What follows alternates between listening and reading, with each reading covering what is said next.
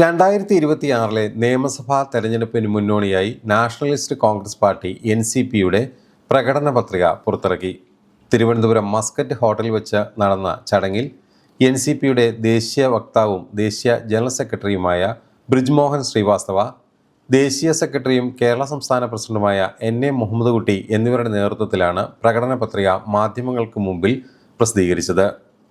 2026 NCP സ്വീകരിക്കുന്ന വിവിധ തെരഞ്ഞെടുപ്പ് പ്രവർത്തനങ്ങളെക്കുറിച്ചുള്ള വാഗ്ദാനങ്ങളും മറ്റു കാര്യങ്ങളും അടങ്ങിയ രേഖകളാണ് പ്രകടന പത്രികയിൽ ഉൾപ്പെടുത്തിയിരിക്കുന്നത്.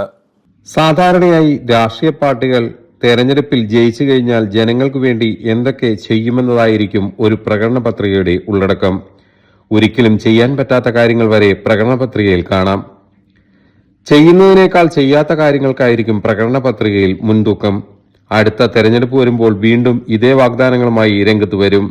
ഇങ്ങനെ ജനങ്ങളെ പറഞ്ഞു പറ്റിക്കുന്നത് ഒരു ശീലമായി മാറിയിരിക്കുന്നു. ഇവിടെയാണ് പ്രകടന പത്രിക നിയമവിധേയമാക്കുന്നതിനുള്ള നിയമ നടപടികൾ സ്വീകരിക്കുമെന്ന വാഗ്ദാനം നാഷണലിസ്റ്റ് കോൺഗ്രസ് പാർട്ടി NCP നൽകുന്നത്. പ്രകടന പത്രികയിൽ പറയുന്ന കാര്യങ്ങൾ ലംഘിക്കപ്പെട്ടാൽ കോടതികൾ വഴി അതിന് പരിഹാരം നേടാനായി തെരഞ്ഞെടുപ്പ് കമ്മീഷൻ ജനപ്രാതിനിധ്യ നിയമം ഭേദഗതി ചെയ്ത് പാർലമെന്റിൽ നിയമനിർമ്മാണം നടത്തേണ്ടതുണ്ട്. പ്രകടന പത്രികയിലൂടെ നൽകുന്ന വാഗ്ദാനങ്ങൾ ഒരു പ്രൊമിസറി നോട്ടിന് തുല്യമാണ്. അതുകൊണ്ട് തന്നെ പ്രകടന പത്രിക ഒരു നിയമബാധിത രേഖയായിരിക്കണം. അവ ലംഘിക്കപ്പെട്ടാൽ ഓരോ വോട്ടർക്കും വിശ്വാസവഞ്ചനയ്ക്ക് കേസ് കൊടുക്കാൻ വിധത്തിൽ അതിനെ നിയമാനുസൃതമായി പ്രഖ്യാപിക്കുന്നതിനുള്ള നടപടികൾ സ്വീകരിക്കും. ഇതിനായി കേരള ഹൈക്കോടതിയിൽ പ്രകടന പത്രിക നിയമവിധേയമാക്കണമെന്നാവശ്യപ്പെട്ട് NCP സംസ്ഥാന പ്രസിഡന്റ് NA മുഹമ്മദ് കുട്ടി നൽകിയ കേസിൽ ബഹുമാനപ്പെട്ട കേരള ഹൈക്കോടതി അനുകൂല വിധി പ്രസ്താവിച്ചിട്ടുണ്ട്. കൂടാതെ സംസ്ഥാനങ്ങളിലെ സാമ്പത്തിക ഭദ്രത പരിശോധിച്ച ശേഷമേ തെരഞ്ഞെടുപ്പ് കമ്മീഷൻ പ്രകടന പത്രികയ്ക്ക് അനുവാദം നൽകാൻ പാടുള്ളൂ എന്നും NA മുഹമ്മദ് കുട്ടി തിരുവനന്തപുരത്ത് നടന്ന വാർത്താ സമ്മേളനത്തിൽ പറഞ്ഞു. NCP അറ്റ് പ്രസന്റ് ഒരു മുന്നണിയിലും ഇല്ല. ഞങ്ങൾ ഒരു മുന്നണിയില്ല നിൽക്കുന്നു. അത് LDFിലും ഇല്ല, UDFിലും ഇല്ല, NDAയിലും ഇല്ല.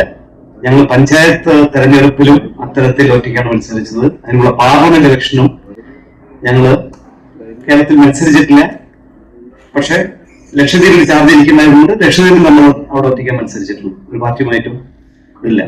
മാത്രമല്ല, ദേശീയ തലത്തിൽ മഹാരാഷ്ട്രയിൽ മാത്രമാണ് പാർട്ടിക്ക് NDAയുമായിട്ടുള്ള ഇതുള്ളത്. ബീഹാർ ഞങ്ങൾ ഒറ്റയ്ക്കാൻ മത്സരിച്ചത്, കാശ്മീരിൽ ഒറ്റയ്ക്കാൻ മത്സരിച്ചിട്ടുള്ളത്, ഡൽഹിയിൽ ഒറ്റയ്ക്കാണ് ഞങ്ങൾ മത്സരിച്ചിട്ടുള്ളത്. മറ്റെല്ലാ സംസ്ഥാനങ്ങളിലും അത്തരത്തിൽ ഒറ്റയ്ക്കാണ് മത്സരിച്ചിട്ടുള്ളത്. അല്ല, അത് ദേശീയ തലത്തിൽ തന്നെ ഓരോ സംസ്ഥാനത്തിലും സംസ്ഥാന കമ്മിറ്റികൾക്ക് അവർക്ക് ആരുമായിട്ടുള്ള സഖ്യമാണോ അതിനുള്ള തീരുമാനം ആ സംസ്ഥാന കമ്മിറ്റിയിൽ കൊടുത്തിട്ടുണ്ട്. അവിടെ കേരളത്തിലെ സംസ്ഥാന കമ്മിറ്റി അതുപ്രകാരം ഈ UDFുമായി LDFുമായി ചർച്ച നടത്തിയിട്ടുണ്ട്. ഈ പറയുന്ന അസംബ്ലി ഇലക്ഷനിൽ ചില NCP 2023 പിളർപ്പോടുകൂടി രണ്ടായി, NCPയും NCP-SP-യും. അതിൽ NCP ആണ് ഞങ്ങൾ ശരിക്കും ക്ലോക്ക് ചിഹ്നമുള്ളത്. NCP-SP-യിലാണ് ഈ പറഞ്ഞ ശശീന്ദ്രനും തോമസും വരുന്നത്. നേരത്തെ ഞങ്ങളെല്ലാം ഒന്നായിരിക്കുമ്പോഴാണ് ഞങ്ങൾ 4 ആളാണ് ആദ്യം മത്സരിച്ചത്. അന്ന് നമ്മുടെ പാലയില് നമ്മുടെ സുഹൃത്ത് കാപ്പനടക്കം. പിന്നീട് കാപ്പൻ മാറിയ ശേഷം ഞങ്ങൾ 3 ആളാണ്. ഞാൻ കോട്ടക്കലിലും മറ്റു 2 പേരും ഏലത്തൂരിലും കുട്ടനാടിലും മത്സരിച്ചു. ഇതാണ് ഉള്ളത്.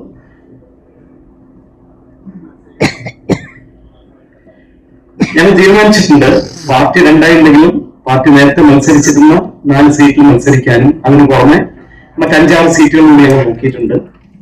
അവിടെ അതിന്റെ പാർട്ടിയുടെ ഏതെല്ലാം സീറ്റിൽ വേണമെന്നുള്ള തീരുമാനത്തിൽ LDFുമായിട്ടും UDFുമായിട്ടും ചർച്ച നടത്തുന്നുണ്ട്.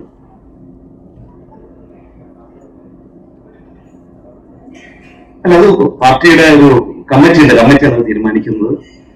പാർട്ടിയിൽ അറിയപ്പെടും പലരും മത്സരത്തിനുണ്ടാവും. അത് മുന്നണി പ്രവേശനം ഏതെങ്കിലും വരികയാണെങ്കിൽ അത് പിന്നെ നമുക്കതിന് പറയാൻ പറ്റില്ല. പിന്നെ അവര് നമുക്ക് നിശ്ചയിക്കുന്ന സീറ്റ് വെച്ചിട്ട് മത്സരിക്കാൻ പറ്റും. അതല്ല, ഒറ്റയ്ക്കാണെങ്കിൽ ഉള്ള കാര്യമാണ് ഞാൻ ആദ്യം പറഞ്ഞത്. അപ്പൊ അത് അതിന് ശേഷമല്ലേ എവിടെ ആര് എന്നുള്ള തീരുമാനം പാർട്ടിക്ക് എടുക്കാൻ പറ്റുള്ളൂ.